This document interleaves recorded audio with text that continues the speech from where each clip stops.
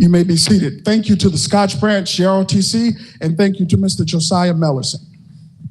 At this time, we're going to call up to bring greetings the chief executive of this town. He's a former town councilman, and he's a former school board member, and he loves being the mayor of this town, and we are glad to have him here today.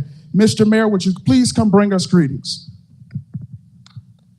Thank you, Mr. Bell.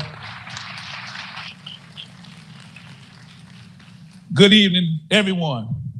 On behalf of myself and the Sumner Town Council, welcome to Summerton, South Carolina. Congressman Clyburn, we thank you for beginning your listening series right here in Summerton, a town and a community with a rich history. We thank you for your work in rural communities, such as helping bring the funding for the Lake Marion Bridge replacement. We have more needs here. We are looking forward to working with you to improve our town. Again, I say welcome. Thank you, Mr. Mayor. Thank you for your leadership and thank you for your presence. At this time, I'm going to turn the program over to our moderator for the evening. He joins us here from Williamsburg County. He is the senator for District 32, where he represents 6 counties. Let me get all of them right: Berkeley, Florence, Georgetown, Charleston, Horry, and Williamsburg. And he is the number 2 Democrat in the South Carolina Senate. Ladies and gentlemen, our moderator for this evening, Mr. the Honorable Ronnie Sapp. Senator.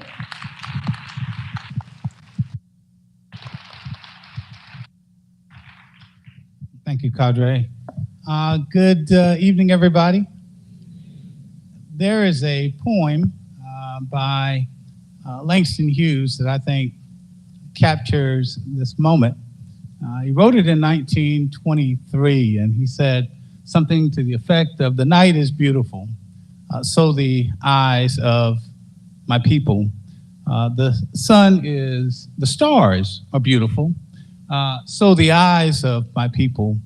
Beautiful also is the sun, beautiful also the soul of my people." And that's kind of what I see, Congressman, as I look over this audience. Let me just say that I'm just really delighted to be here and to be a part of this listening series that the Congressman has seen fit to bring to this area first. I am going to ask you all to just please, ma'ams and sirs, relax. Look forward to the information that the Congressman will share with us. In addition to that, the opportunity for him to listen to your concerns and to be able to respond to them in a factual basis. And so I am looking forward to that exchange. Let me take a point of personal privilege and say to someone referred to as a mentor, others refer to him as a friend. I occasionally just call him Frat. But there is no question that when you're talking about an individual that is a son of South Carolina, having grown up right there in Sumter, someone who has reached national acclaim, and in so many pivotal moments in our history has simply stepped up and has been a shining light for so many as they witness his prowess when he's just handling one circumstance, situation, or another. Congressman, when we look back over your career, we're not going to talk about your loss. We're going to talk about your victory in 1992 and how you've served us so well. We look back at the impact that you've had on rural communities, how you've made certain that every South Carolinian is going to have access to broadband, helping to usher in the Affordable Care Act, your commitment to economic development in rural South Carolina, the whole notion of making the quality of life and the opportunity to be successful accessible and affordable for all. We remember those things, and we just want to say thank you. y'all, I was asked to introduce our congressman. And I will tell you all, I was asked to introduce the congressman. And I did this, what I believe was a decent presentation, Congressman. And then he gets up after me and he says, Sab indicated that he was going to introduce me, but if I need to be introduced here, I'm in real trouble. I'm going to take a page out of that book and suggest that I bring now to you an individual who needs no introduction. We know him, we know his work ethic, and we love him. Y'all give it up for our Congressman James E. Clyburn.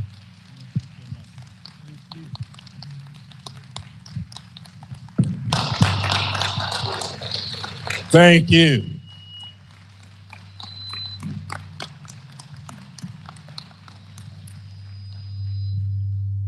I'm not too sure what's causing this problem here with this mic that I have.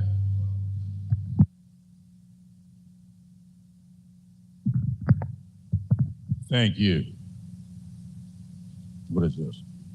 Okay. Let me begin by thanking you, Senator Ryan.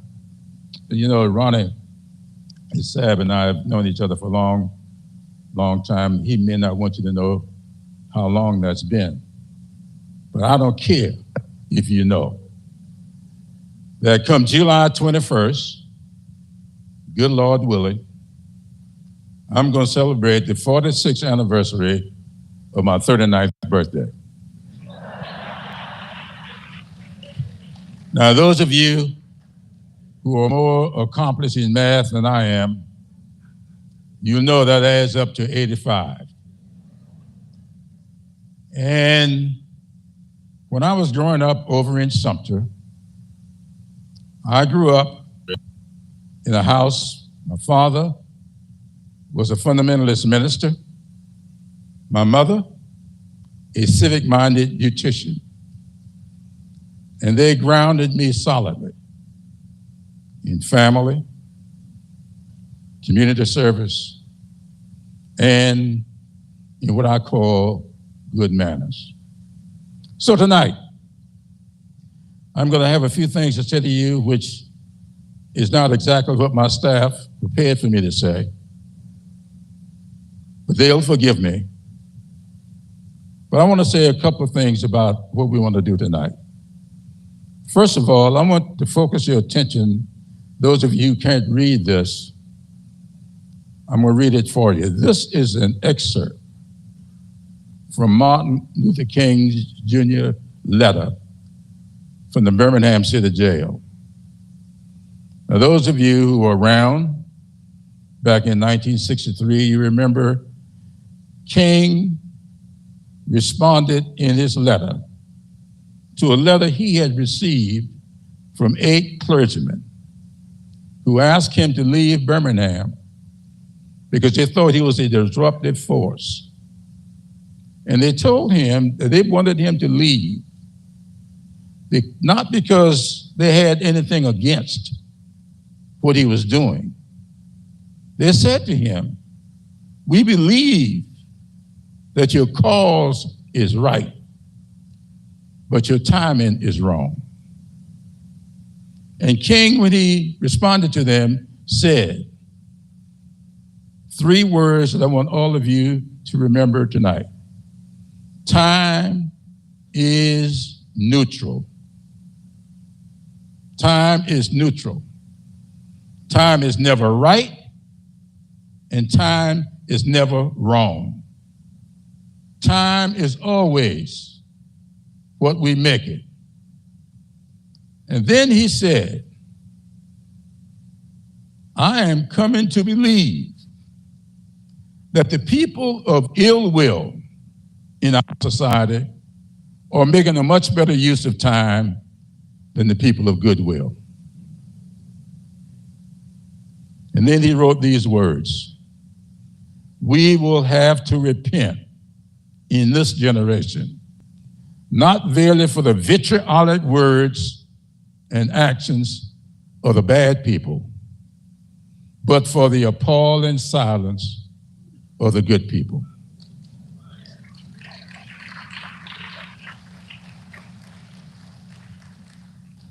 That is very, very important to me. And from the time I read that letter, way back in 1963, I read it about 100 times. And if I live to his next birthday, I will read it again. I read that letter every January in celebration of King's birthday. Now, the reason I read that letter every year is because every year that goes by, I see something else in that letter that reminds me of why the people of goodwill have got to maintain their voice and make their voices heard. Because the people who do not honor this democracy, the people who seem to want to move to an autocracy, are making pretty good use of their time. And they're doing the things that are necessary to silence the voice of those who believe in this democracy. Now, I wanted to start this listening session here in Summerton for an obvious reason. Because when I was growing up over in Sumter, my father used to pray every morning back in the 40s and 50s for Reverend J. A. Delane and the people of Clarendon County. I have never forgotten those prayers. And I know that it was the sacrifices of those people who lived just a few blocks from here that made it possible for me to stand here before you tonight as a member of the United States House of Representatives. And I've been sitting there now for 32 years. I knew Harriet and Eliza Briggs, the first two names you see on the petition. And when I was running for Congress in 1992, Mrs. Briggs called me. And she says, I am all for you in this election. But I don't want you to get sick and I don't want you to go hungry. So you plan your schedule so that every Saturday you can stop by Summerton. Because me and Mrs. Nelson are going to have breakfast for you in the little church right around this corner. And I tell people all the time, I think I'm the only person I know to run for Congress and gain weight. Because they made the best biscuits. And I just enjoyed sitting over breakfast with them, listening. And so I came here tonight to listen, to respond to your questions. I might answer some of them. I'll respond to all of them. But I've got staff here, and this whole session is being streamed.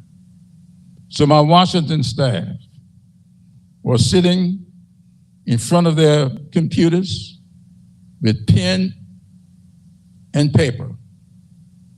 And any question that I cannot answer tonight, they're going to be recording it, and we'll get the answer back to you. Now, the reason I say that is because I'm one of those congressmen who believe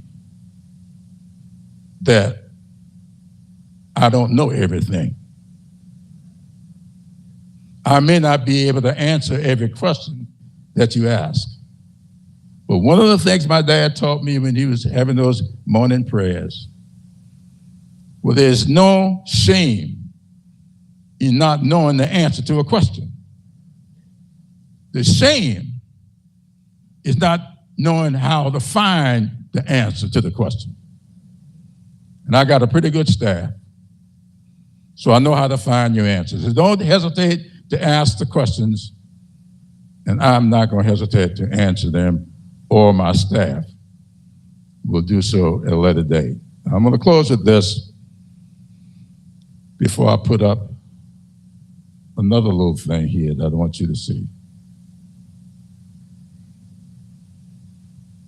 That's one of those competent staffers who know I don't know what to do with that. One of the things, my dad had two rules in our house. Every morning before we lift the fork to our lips, we had to recite a Bible verse. He never told us to read the Bible. He just said to us, every morning you must recite a Bible verse, and you can't say the same one twice. And when he laid down the rule, he took Jesus' whip off the table. The second rule was every evening before going to bed, you must share with me or your mother a current event. We didn't have television, but back in those days, it's something, a daily item, now a morning paper. Back then was an evening paper. And every evening, it was delivered to our house. So we knew we had to read that newspaper, because before we went to bed, we would have to recite some current event to him or my mother, sometimes both. He would always say this to want this to be the rule for the night. Son, he would always say, the first sign of a good education is good manners. I want to preach that. I hope we have some well-educated people here tonight, because I'm not going to try to talk over anybody. I'm not going to yell. We're going to listen to everybody. And I hope that everybody would demonstrate good manners to show us just how well educated you are. With that, I'll let our moderator lead us through the questions.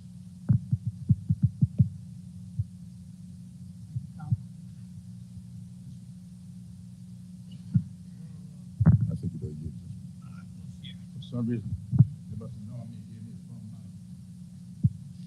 All right, well, I've got my first question here. And so what I'd like to do is I'm going to call on you, and if you would just stand where you are. One of the staffers will bring you a microphone, and then you may ask the congressman your question. Diane Aiken from Somerton has the first question. Is Diane here? Diane, you're not here? Where is she? I see somebody pointing back there, but I still don't see Diane.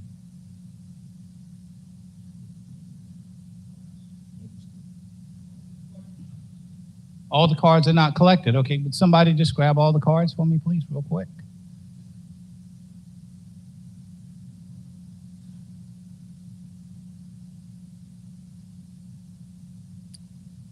Well, Congressman, while they're doing that, Diane asked a question wanting you to comment, please, on the status of Social Security and Medicaid.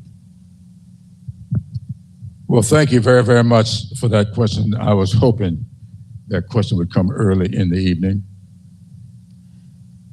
Social Security has been around since the 1930s. It's about 80 years old. Social Security is not a gift. You pay into it. I started working on a job delivering pharmaceuticals for, some of you may remember, a little drugstore in Sumter called Ellis Pharmacy. I delivered pharmaceuticals for Ellis Pharmacy. I was around 14 years old. I started paying Social Security then. So you subtract that from soon to be 75, so you know how long I've been paying into Social Security. And many of you have been paying in Social Security just as long. It is a trust fund, and it's being invested and it's run by the government on your behalf. Several years ago, someone tried to, George W. Bush made a move to privatize Social Security. And the interest at that time on a lot of people was to put all the Social Security money onto Wall Street. And if y'all remember, about a year after that attempt was made, maybe more than a year, I don't remember the exact amount of time, a guy named Madoff was doing a lot of investing of people's money on Wall Street. And true to his name, he made off with a lot of people's money. So, Social Security, and I want to say this very strongly, you just heard the so-called director of what he calls himself, the Government Office of Efficiency. Well, let me say this about Social Security. It is a very effective program. And when people tell you they want to run government like a business, stay away from them. Because businesses exist to make a profit. Businesses cannot exist unless it makes a profit. Government exists to provide service. That's what government is there for. We call it the Veterans Service Organizations, to serve veterans. Social Security is a program started by Franklin Roosevelt. And when it started, all of the history will show, just look it up, around over 80% of senior citizens in this country were living in poverty. 80%. Social Security went into effect, and it lifted all but around 10% of them out of poverty. And people say that Social Security is the most effective poverty program ever created. However, Elon Musk made the public statement that Social Security is a big Ponzi scheme. And they would love to get their admittance onto the Social Security Trust Fund. And someone will make billions on Wall Street, invest in that trust fund, and take a chance on somebody else who will not make off with your money. So Social Security is safe for now. But why do I have a problem? It's because I know that Medicare is run by Social Security. And Medicare and Medicaid the proposal has been made that $800 billion is going to be cut out of the next budget. And where's that money going to come from? There's no place in the government to get that money unless they go after Medicare and Medicaid. And that's why we are fighting. Now, to their credit, I have not read the letter, nor have I read the 12 names that are supposed to be on the letter. But I understand that 12 of my Republican colleagues have now written a letter that they made public today, that they are not, something to the effect that they don't think they can vote to cut Medicaid and Medicare. I hope that's correct.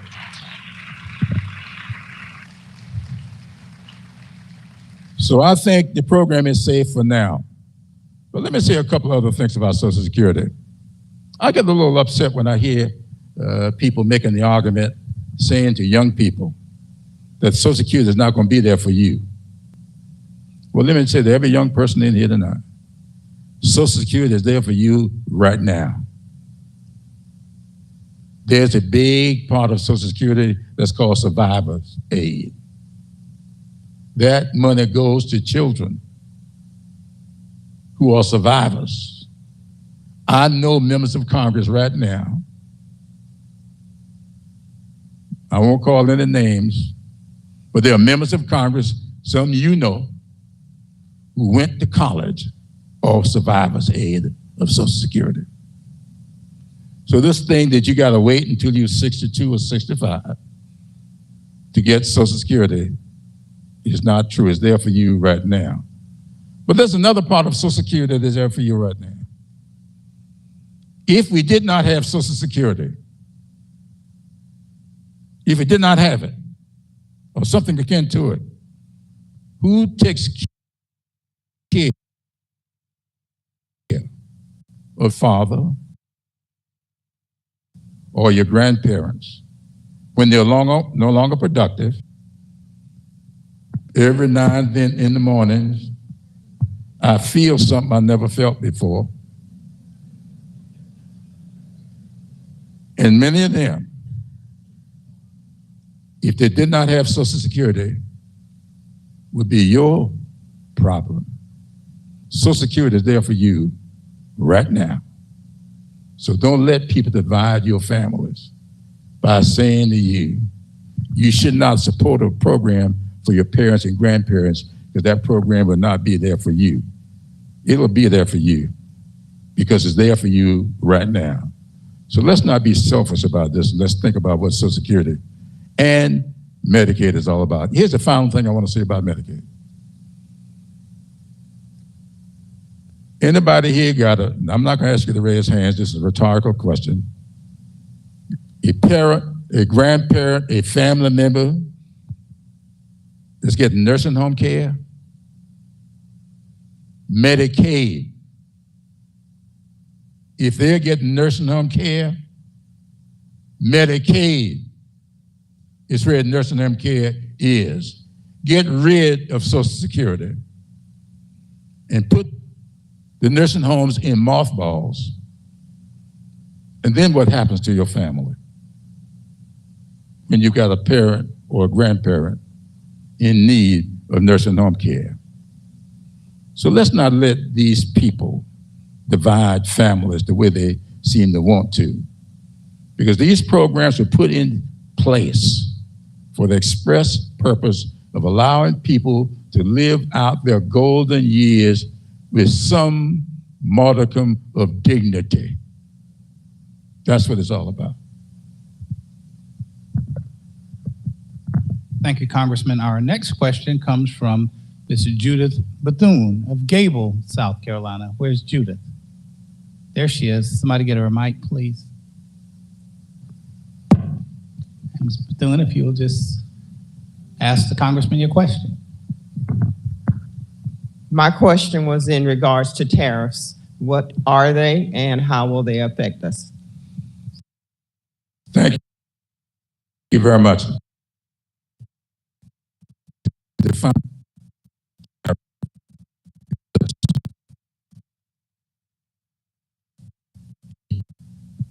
That's all it is. A tariff is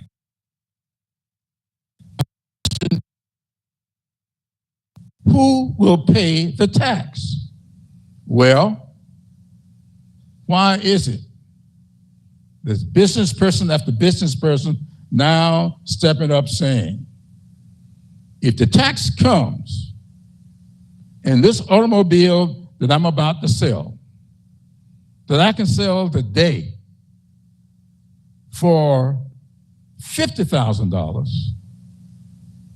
when the tariff comes, it's going to be $60,000. You may not call it a tax, but if you have increased the cost of that automobile by $10,000 because of the tariff that was placed on it, yes, that automobile company will pay the tariff, but will pass it on to you when you go to purchase that automobile. And the same thing will go for that, y'all know that phone you got in your pocket? The same thing will go for your appliances, washing machines, dryers, refrigerators, because parts that go into these are made in other countries and brought into here. Same thing will go to that suit you might have on. And then talk to the farmers. Now, when I was growing up,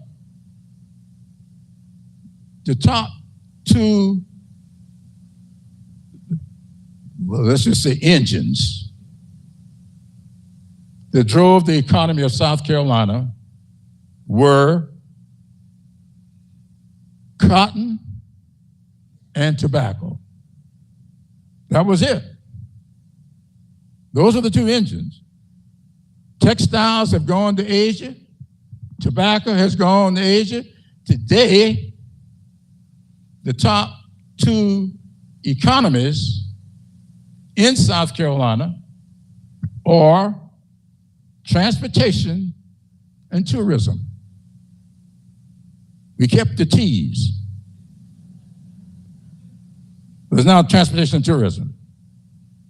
I don't know if y'all saw the reports this morning. Nobody is leaving Canada, coming to the United States now. Now I know the town council from Santee. I know how much money coming to Ravenel's district from Canada. I know how many Canadians come into Santee every year. It's down because of tariffs. I know how many visitors come to Myrtle Beach every year.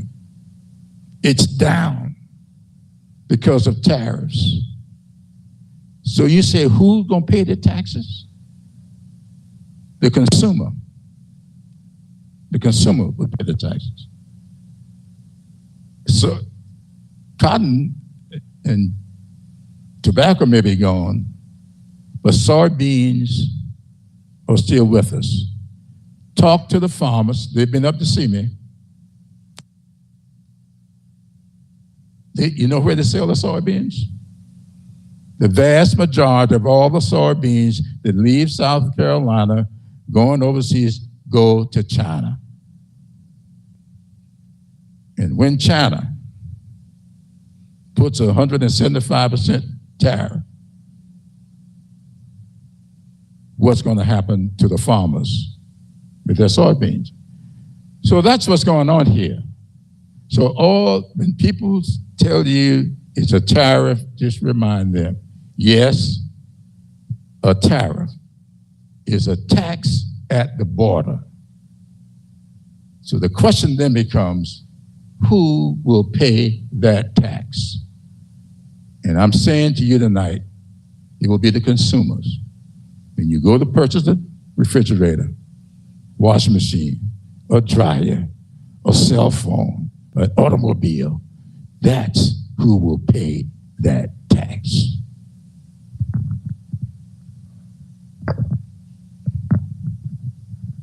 Thank you, Ms. Bethune, for that question, and thank you, Congressman, for the response.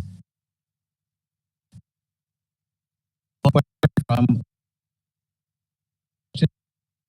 Chamberlain of North Charleston. Right behind me.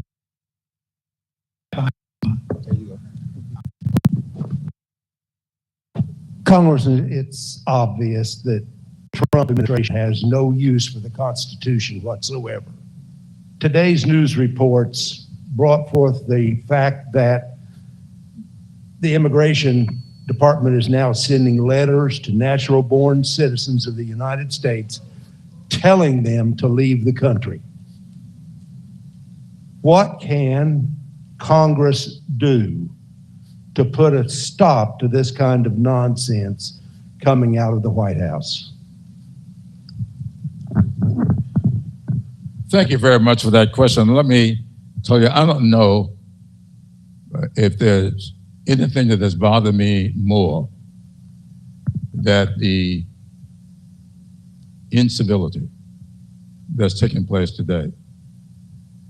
I think all of us know we want everybody coming here to come legally. We want that to happen. We also know that we have a constitution. And I want to put up, Zach, do you have that sheet of paper that's got the 14th Amendment on it? Let me read you what the 14th Amendment says. Maybe I didn't give it to you, Zach. The Constitution in the 14th Amendment, person born or lies in the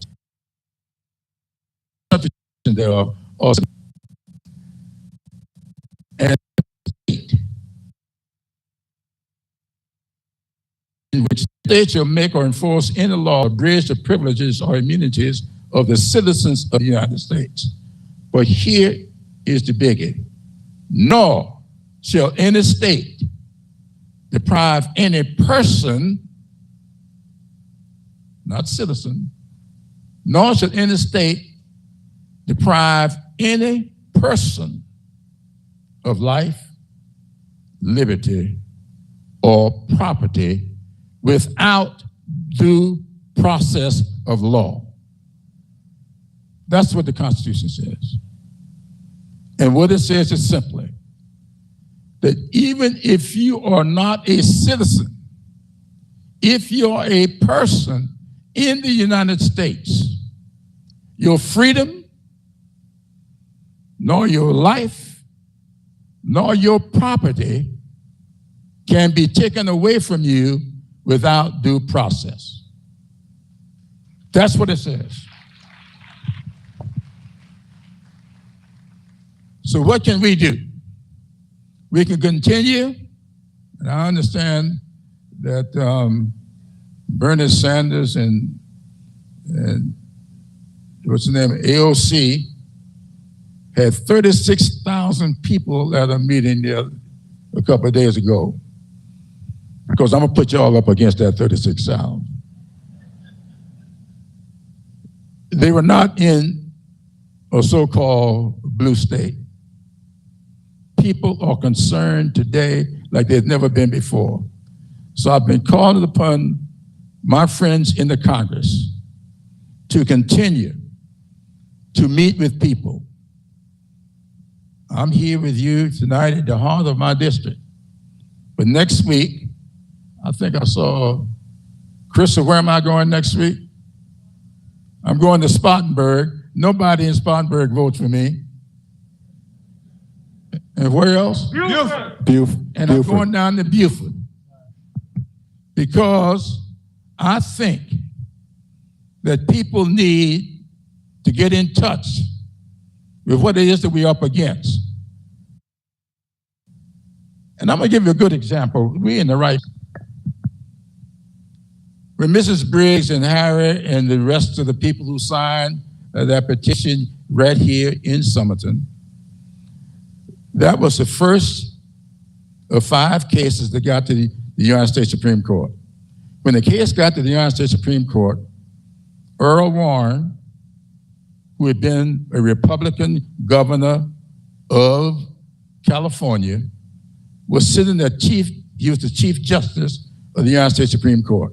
When the case got up to them, the case was 9-0 in favor of the people of Clarendon County. Let's just suppose, sitting in the White House at the time was President Eisenhower. Had been elected in 1952. He was sitting there as the President of the United States when that 9-0 decision got up to him. It went against every moray in South Carolina. And Eisenhower enforced the law.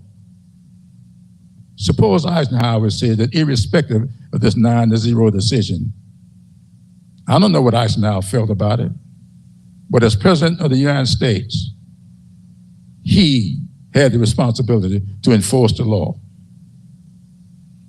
A 9-0 decision was rendered by the Supreme Court in favor of that gentleman. They're sitting in El Salvador in that prison. And what did this White House say? I'm not going to enforce the law. So Congress has got to do what I'm doing. We got to go over this country and talk to people like the people in this room and say to everybody, we have got to speak out, because no matter what we do in the Congress, you got to have 218 votes to get anything through the House, and you got to get 60 votes to get anything on the docket of the Senate, and then you only need 51 votes to pass it. So all we can do is share with you what we're doing and ask for your prayers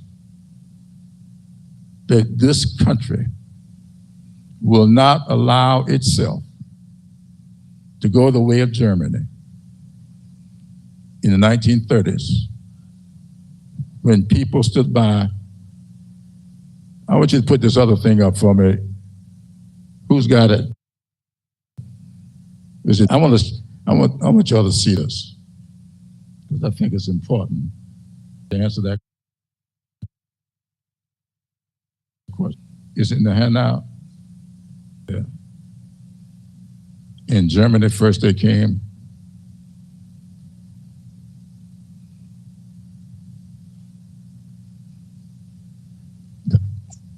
So I can't see. Y'all got this in your handout? I want y'all just to look at that and read that. What happened when Germany came to this? Same question that was just asked. And what they said, first, they came for the communists. And I did not speak out, because I was not a communist. Then they came for the socialists, and I did not speak out, because I was not a socialist.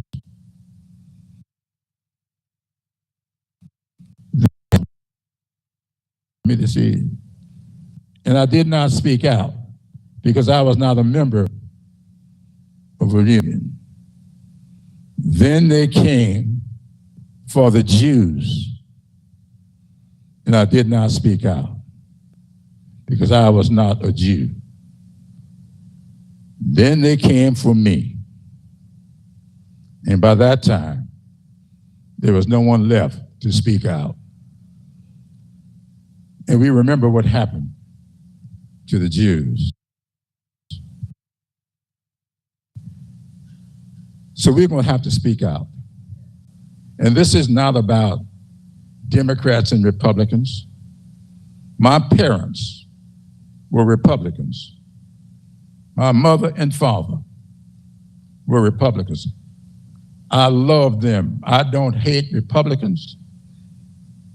I do hate liars.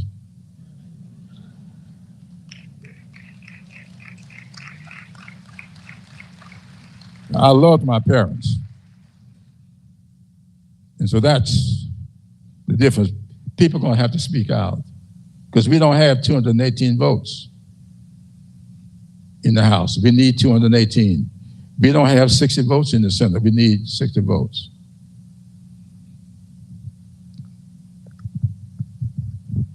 Thank you, Congressman. Thank you, Mr. Tomlin. Do I have Moses Levy Jr. from Manning here? Moses Levy Jr. There he is. Can somebody get a mic over there for me? You see him, Jim? Need a microphone down here, please. All the way to the front.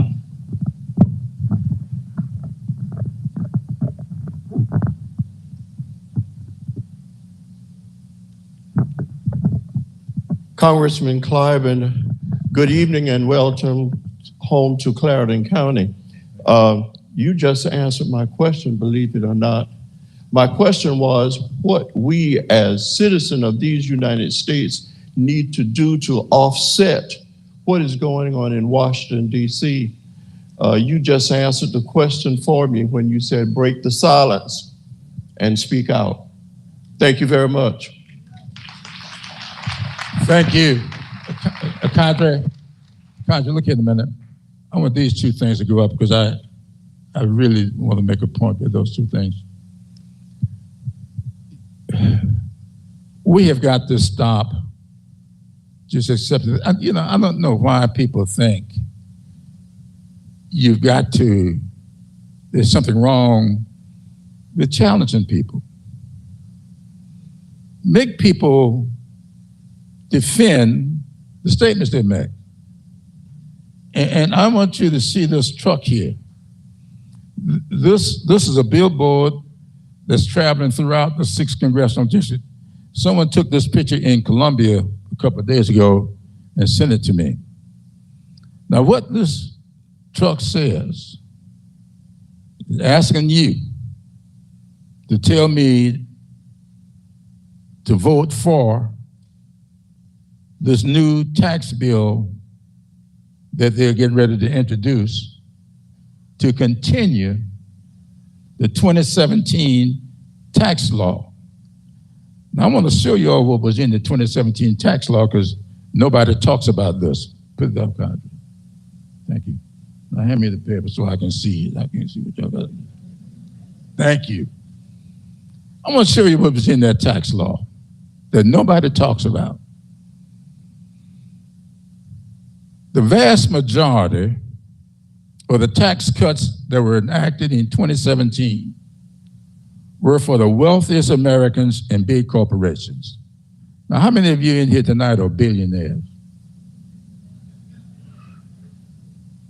How many multi-millionaires have you got? Because the upper 1% in this country got over 70% of their tax break. And now what they're trying to do with this law that they're getting ready to introduce is to make those tax breaks permanent. Permanent. So if you're now sitting on $10 billion, it means even if you get to $50 billion, your tax break will be permanent. And let me show you what else they did. If you all got this sheet, look at it. They never talk about the fact that there were some tax increases in that bill. They cut the tax on wealthy people, but they increased the taxes on places of worship, on nonprofits, 501c3 nonprofits that many of you have in your churches, the nonprofits to feed the poor, the nonprofits that you set up to provide housing, affordable housing. They increased the taxes on that. And let me tell you what they did. They went to the church parking lot, and anybody who had a reserved parking space, the minister of music, that parking space got taxed. Oh yeah, that parking space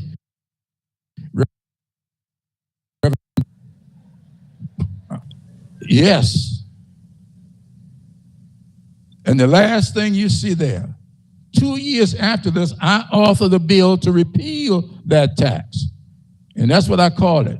Stop the hike on the tax hike on charities and places of worship act. And people told me it didn't happen. It took me 2 years, but I got it eliminated.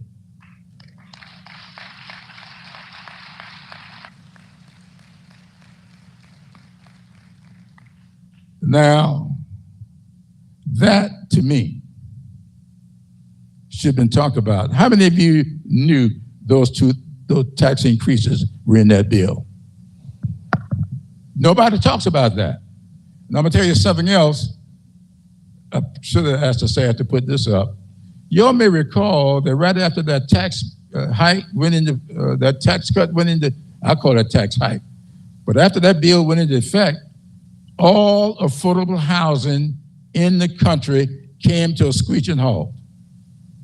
Because in the tax bill, they also took away the tax credits that developers could get for building affordable housing.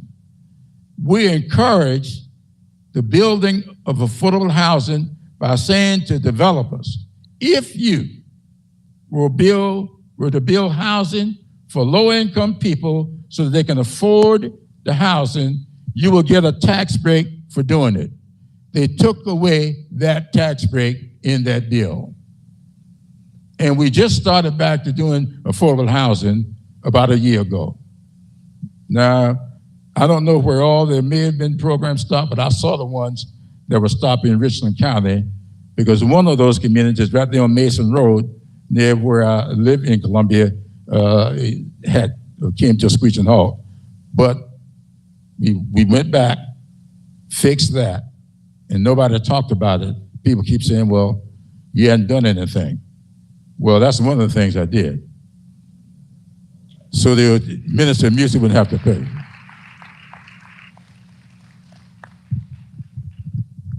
Thank you, Congressman. We now have a question from Patricia Pringle of Pinewood, South Carolina. Is Ms. Pringle here? There she is. And somebody hand Kenny right down here, front row.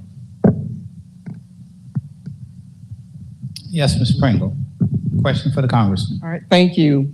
And welcome, Congressman Clyburn, to Clarendon County. We love you here in Clarendon County, even though it didn't reflect that in the last election, but we do love you. We want you to know that. But my question is, what are your thoughts on the Trump, Musk, Doge cuts and the impact it is having or will have on the state of South Carolina? Well, I just thank you so much for that, Pat, and thank you for expressing your love. I hope we can get more people to show that love the next time.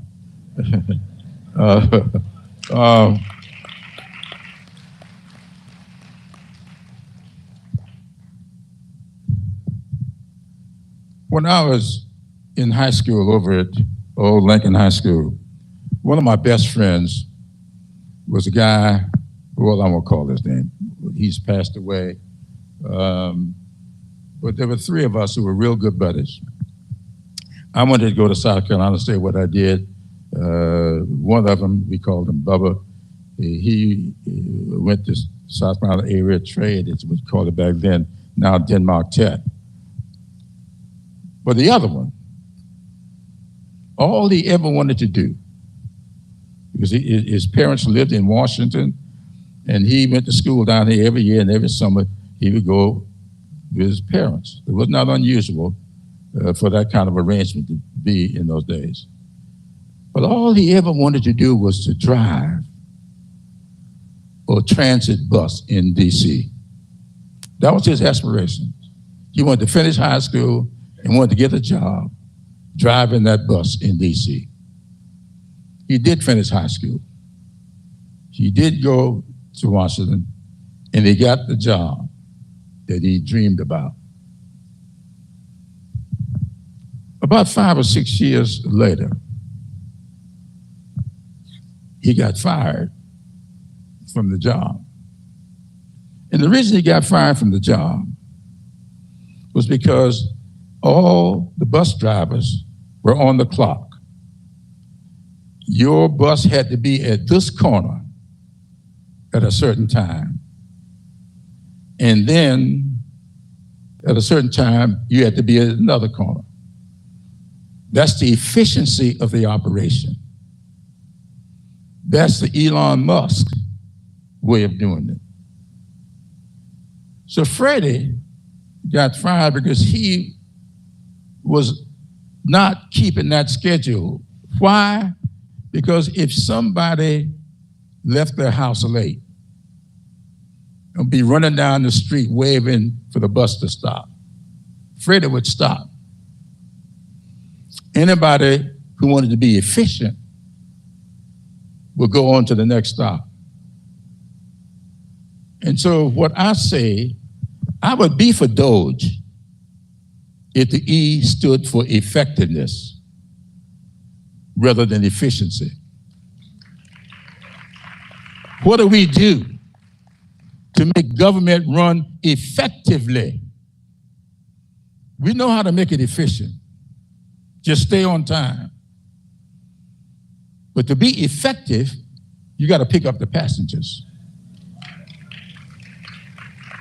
You know, and so what we have to do, it seems to me, is to find a balance between that efficiency and that effectiveness. That's what you got to do, Mr. Mayor.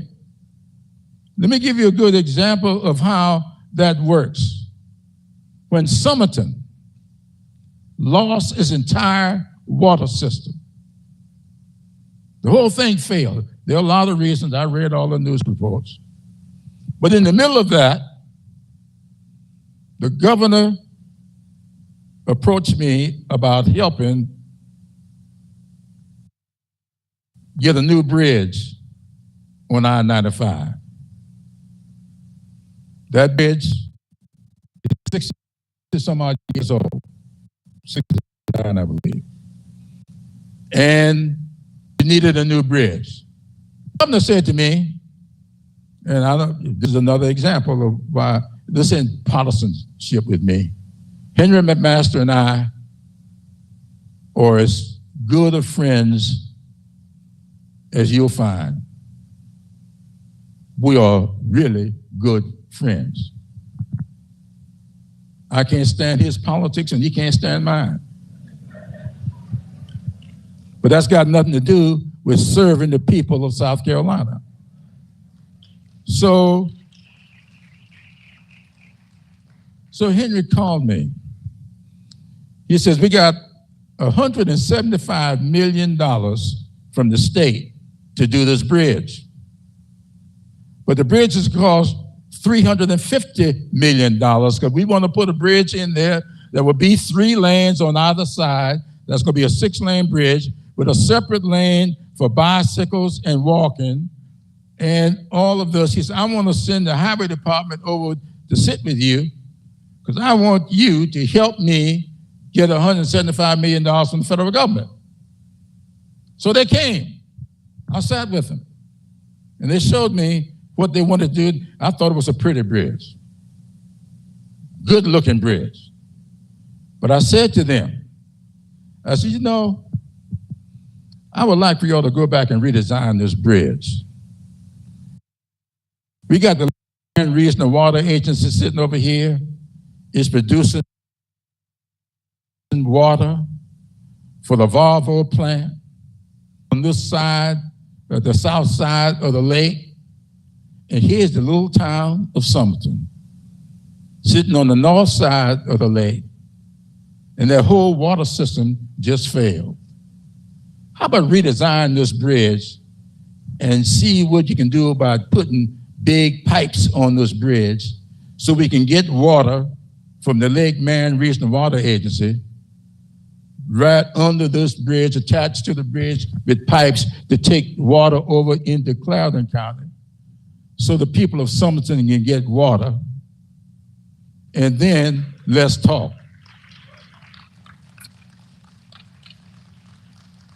Well, they told me it'll cost $30 million. Additional $30 million. I said, okay. How much y'all got now? They came back with a new bridge, new design bridge, and we got the money.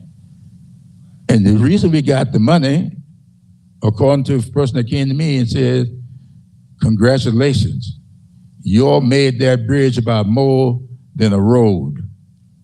It became a health thing.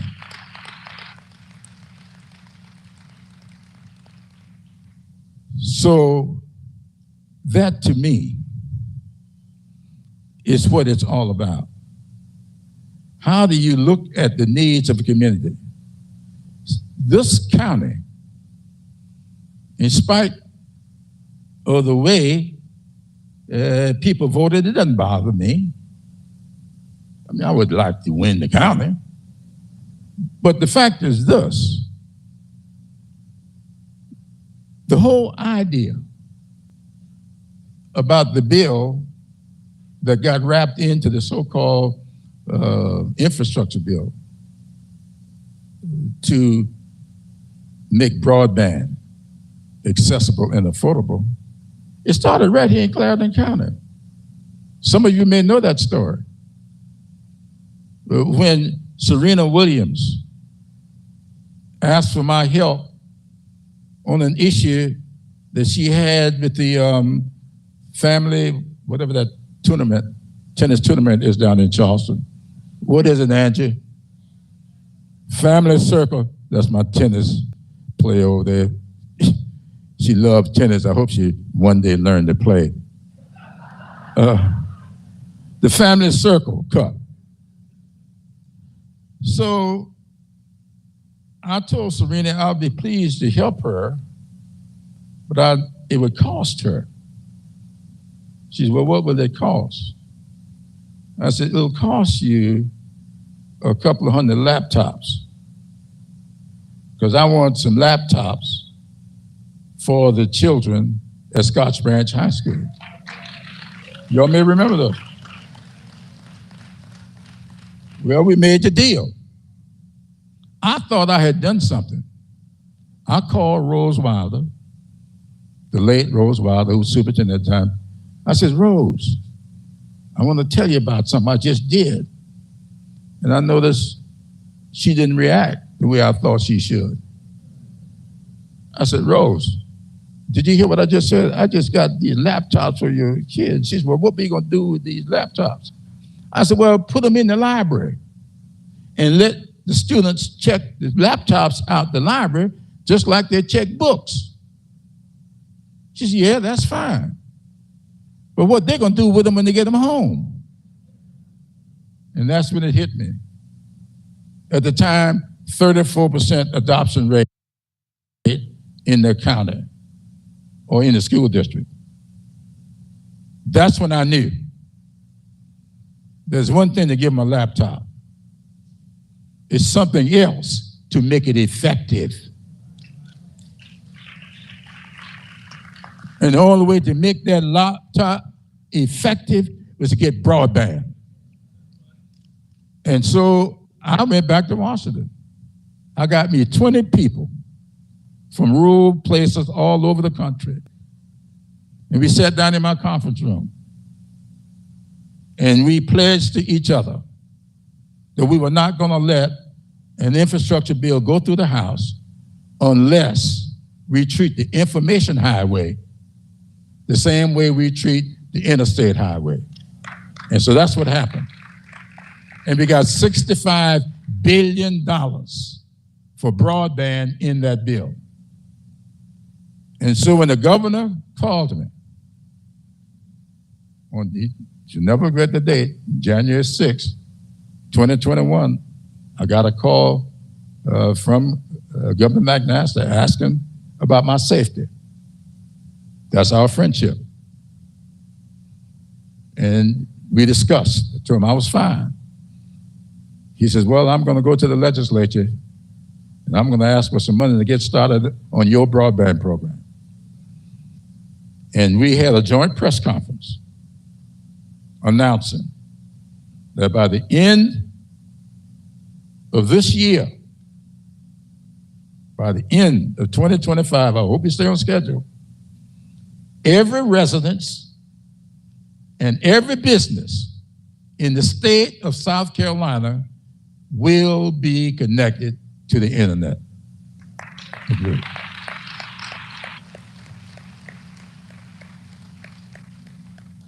$650 million.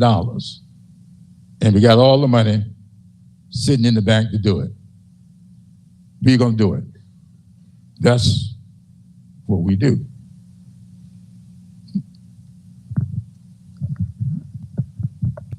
All right. Clifton Bethune from Manning, South Carolina. There's Brother Bethune over there.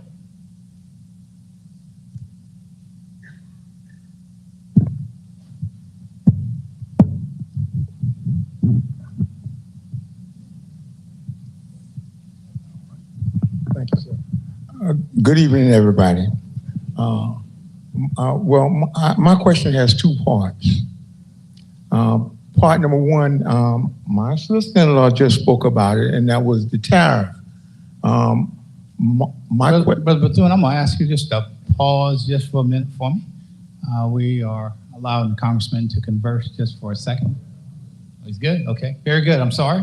Please continue. Okay. My sister-in-law asked a question about a tariff. Now, the way I thought tariff went was they were imposed by Congress. So when is Congress going to stop letting the administration use a unilateral avenue of instituting tariffs for the United States? My original question was about 95, but I think the tariff issue is much, much larger. And how can the Congress stop this tariff thing? Because I thought all tariffs were supposed to be introduced and levied by the Congress. Yes, that was traditionally true. That was traditionally true, but the Congress gave the president, not this president, but gave presidents that authority to demonstrate some emergency and initiate tariffs. And that's what has happened here. And for Congress to stop that, there's going to have to be 218 votes. Us Democrats have got 213, which means 5 votes got to come from the other side in order to stop that. And to this day, there aren't 5 votes on the other side. That's in the House. Of course, we don't have but 48 in the Senate. And for any bill to get to the floor, you need 60. So we're 12 votes short on bringing it to the floor, though you don't need but 51 for the bill to pass. To break a filibuster requires 60 votes. And right now, the Republicans are filibustering on these issues. And until we get the numbers, we're not going to stop it. Unless his numbers keep falling. And that's why you have to express yourself. That's why you have to speak out and really make this administration aware of the fact that they are committing a big error. That's the only thing, but we don't have the votes. And you got to vote for people who are going to do something about it.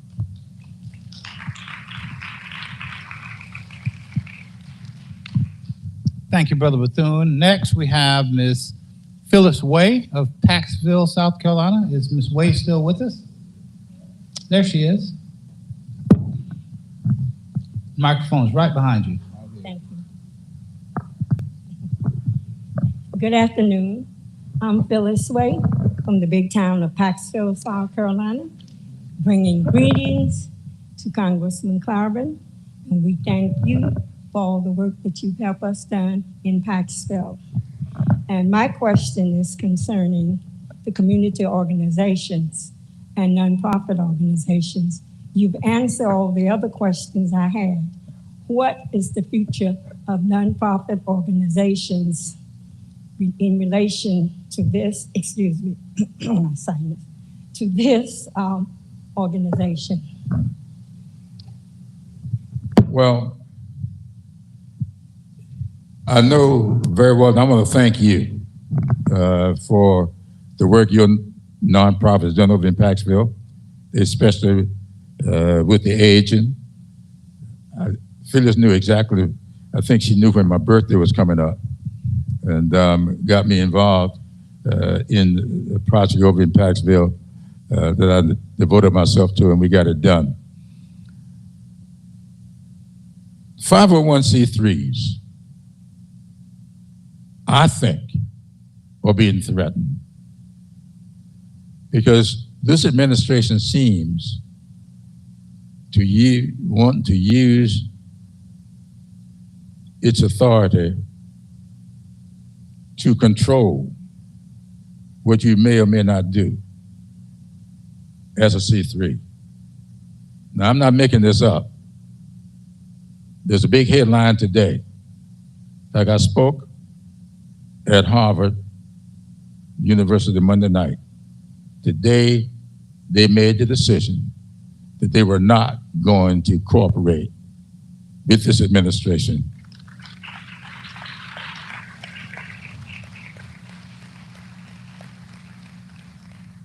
And Yale announced Tuesday morning that they were going to line up with Harvard.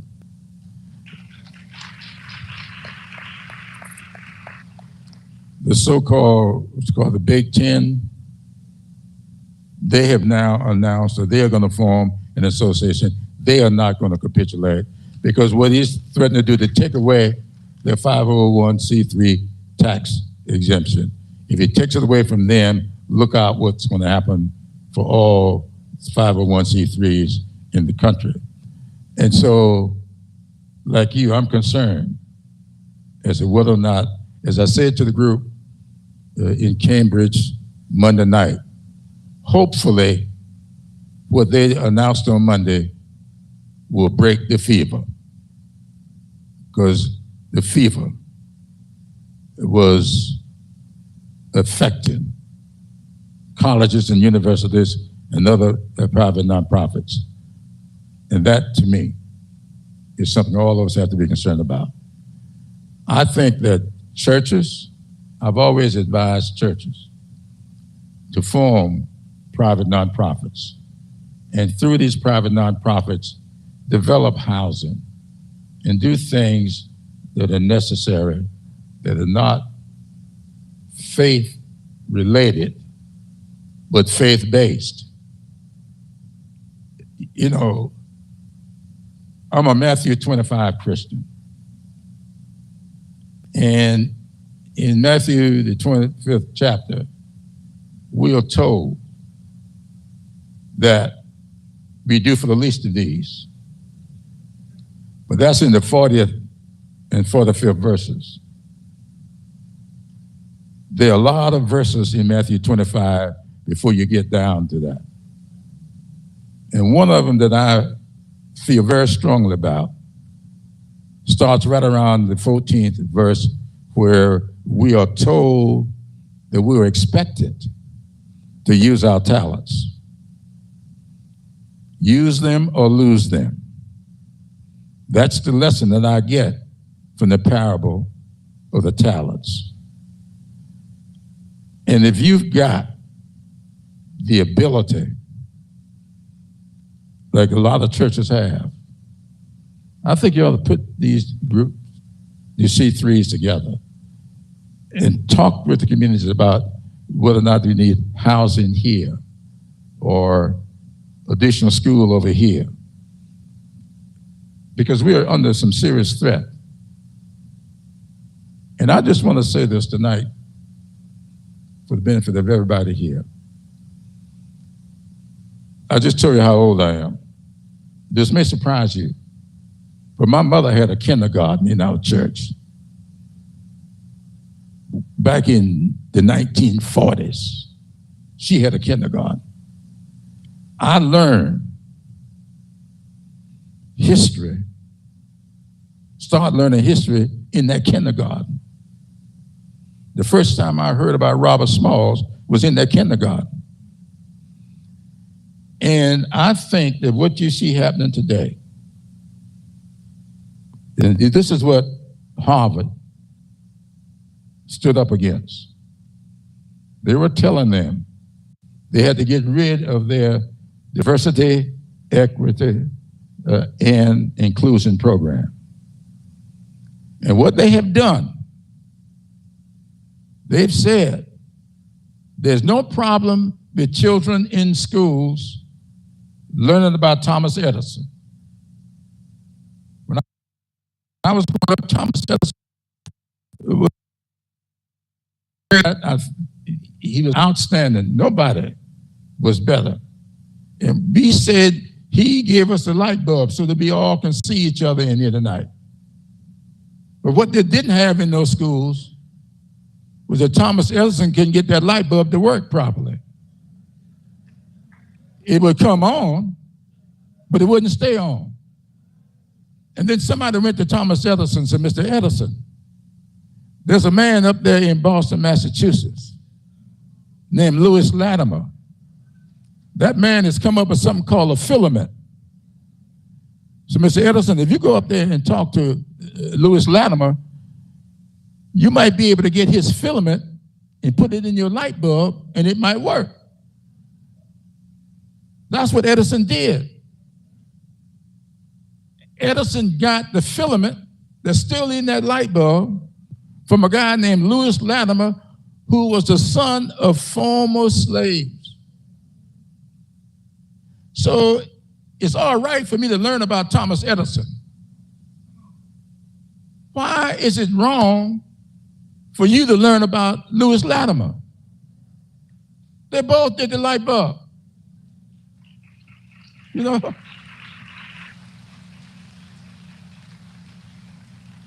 I learned that from my parents because the schools I went to over there in Sumter did not have Lewis Latimer in those books.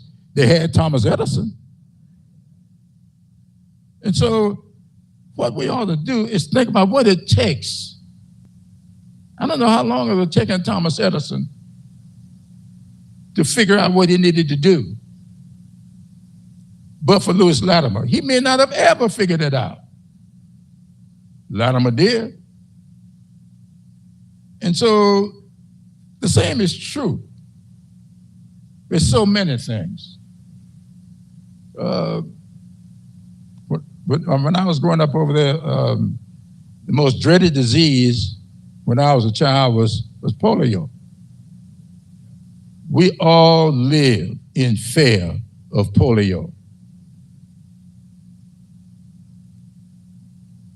Here come two people, Jonas Salk and Albert Sabin. They collaborated, they went in, they opened up some secrets, and nobody lives in fear of polio anymore because of the work of Jonas Sabin, Jonas Salk and Albert Sabin. Millions of soldiers, well, let's say thousands, I don't know around there, were dying on the battlefield, not so much because of the wounds they received, but they were dying because of the loss of blood. And along came a man named Charles Drew.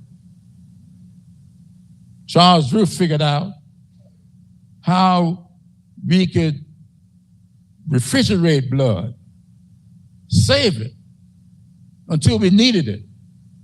And because of his work, thousands and thousands of soldiers lived after being wounded.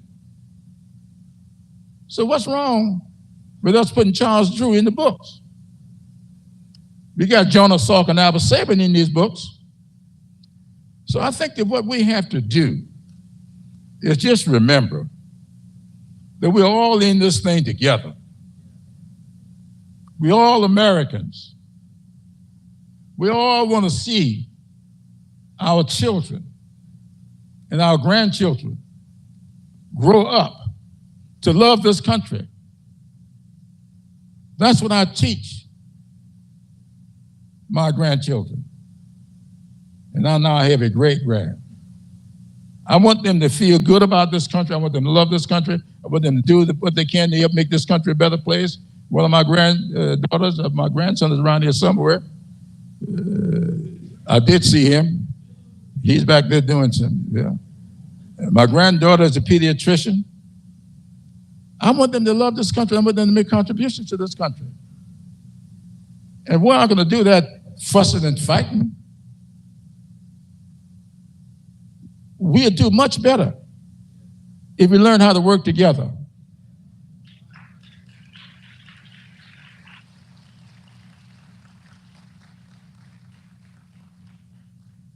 I want to put one other thing up here. I thought I had it up, but they said I didn't give it to them.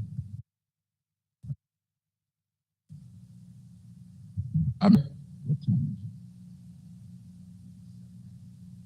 Okay. Is there another question? Okay. Miss Donna Brown Newton of Mount Pleasant, South Carolina. Is she still with us? You get the honor of asking the Congressman the last question of the evening. Is Miss Newton still with us? If not, the Congressman wanted to close with something. And so if you all don't mind, I'm going to take a point of personal privilege and just express my appreciation to all of you. One of the things the Congressman indicated, and he did it a little different from the way my grandmother taught me. My grandmother told me that manners would take me farther than money would. But his grandmother taught him about manners in a different sort of a way.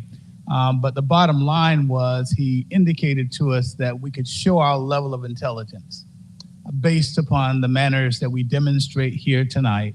And it is clear to me, as it is clear, I think, to all of us, that you all are highly intelligent individuals. And so I just want to thank you so much for how you've conducted yourselves and how extraordinary is the gentleman to my left who celebrated his 39th, 46th birthday. Congressman, yes, sir. We just appreciate you so much. Allow me one final thing, please. There was a time in our history where whatever's happening on the federal level, South Carolina turned a blind eye to. And in my mind, in those days, those were good things. I mean, we were turning back money for schools and education and all of that because we didn't want the federal government to tell us what to do. And here we are, we find ourselves in our state where they're trying to pass the same kind of tax cuts that benefit the wealthy. They're trying to implement DOGE in our system. They want to take our books off of our shelves that tell the complete history. And so we're seeing more and more of what's happening on the federal level trickle on down to South Carolina. And I think if you all have gleaned anything from the Congressman's response to the questions, I think it's simply an indication that that's not a good sign for us in prosperity. And so I would just encourage you, as you watch what's happening on the national level, please, ma'am and sirs, pay attention to what's happening on the state level as well. And Congressman, you're going to get the last word, and so deservedly so. But thank you so much for being who you are and all the good work that you're doing. Thank you.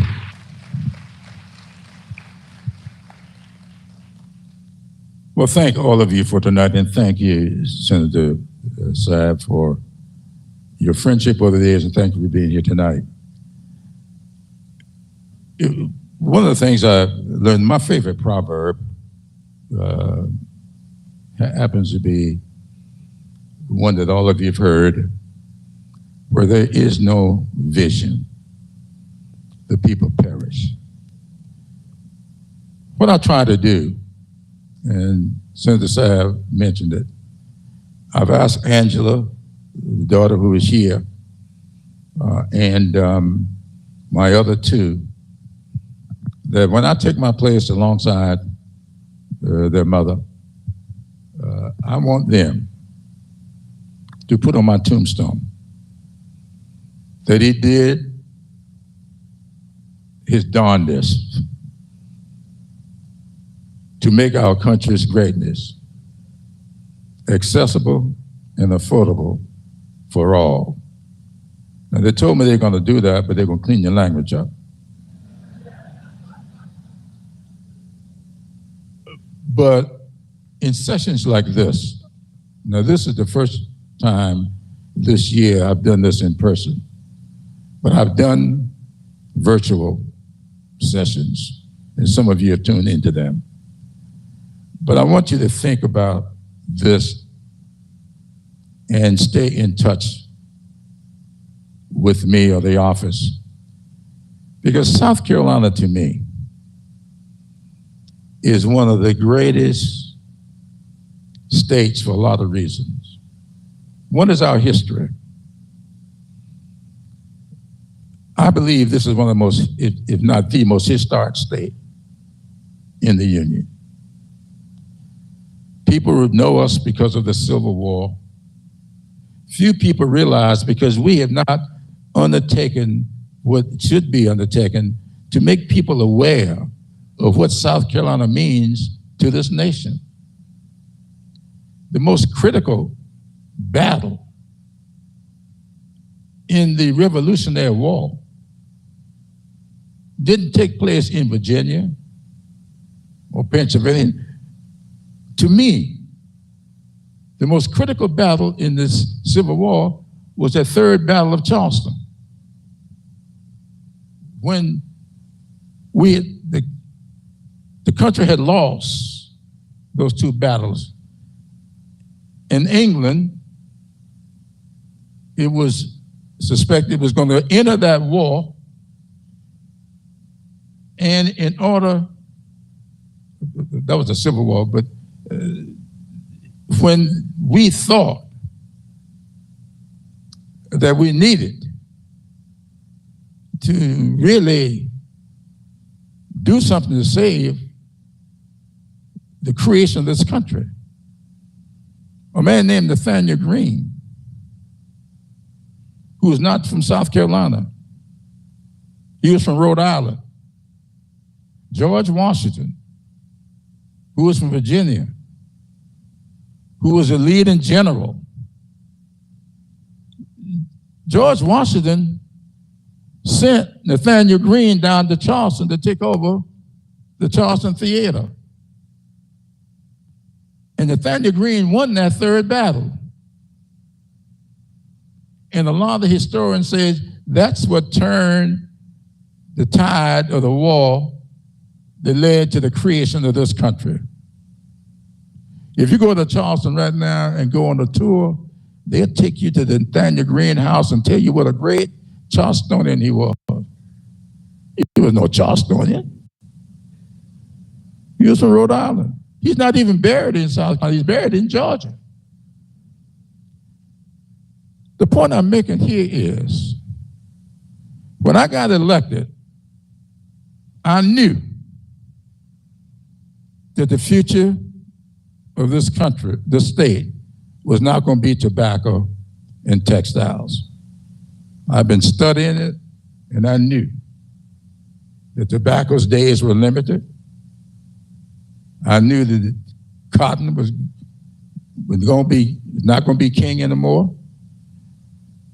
And I started trying to do the things that were necessary to benefit from the history of this state.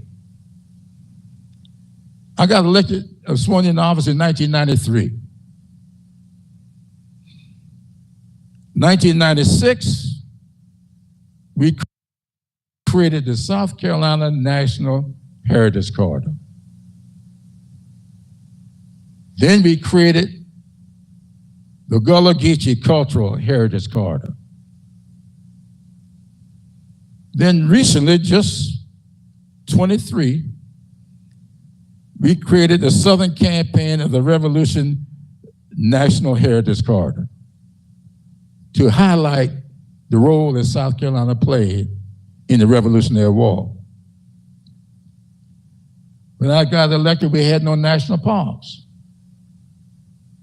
We now got 3 national parks.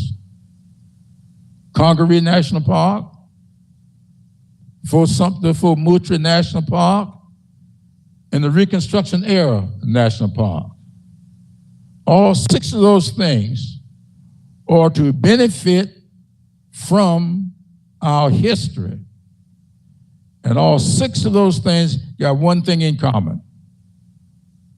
All 6 of them were created by legislation of mine. That's right. That's right. Because I want to see our state.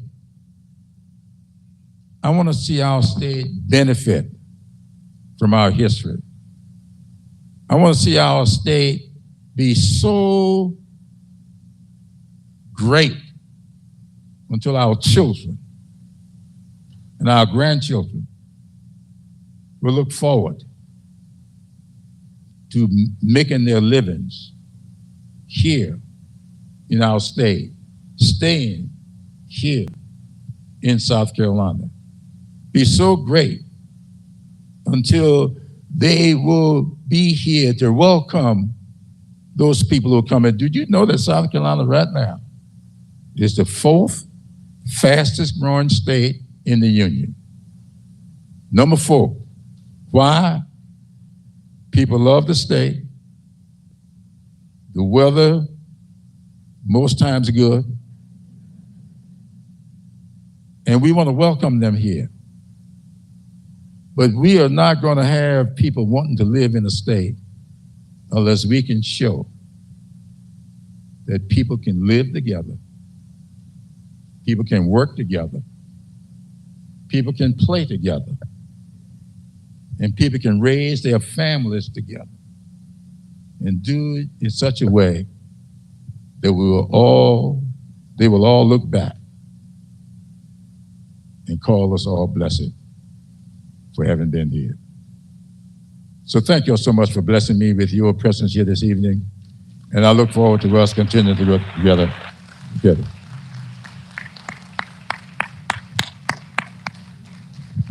Thank you all so much, and good night.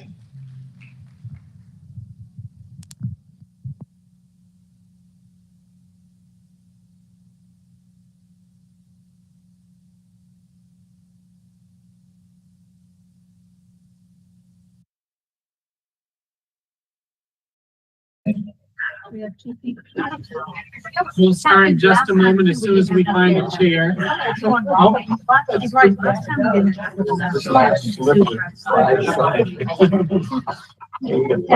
So we're short-handed because Melvin. Not enough chairs. That's why we should move. Okay, so You got the chair, man. this is the second meeting in a row we haven't had chairs. I call the meeting to order at 7 o'clock. If we'd stand for the Pledge of Allegiance, please. I pledge allegiance to the flag of the United States of America and to the republic for which it stands, one nation, under God, indivisible, with liberty and justice for all.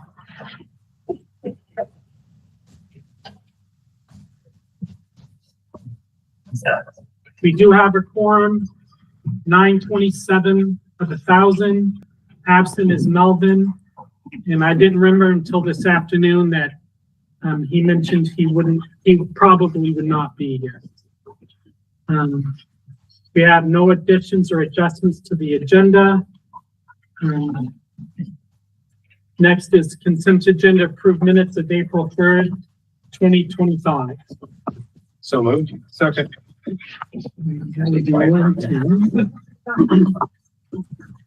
Any questions, comments, or corrections? Okay, all in favor? Opposed? Abstention?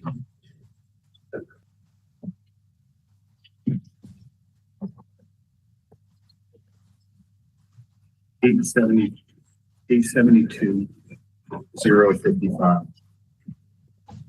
Motion passes 872 to 0 to 55. Next is board chair report. I have just 3 things. To remind Board members and administrators, if you haven't done the superintendent evaluation, it ends tomorrow. I'm one of the board members that hasn't done it yet. I'm just as guilty as others. Update on interim superintendent search. If it wasn't done today, the information will be going out to Julie. It's on Frontline and then to serving schools. Yeah. And MSMA will have it and the posting for an interim. Yeah. So it'll go out to on Frontline, then to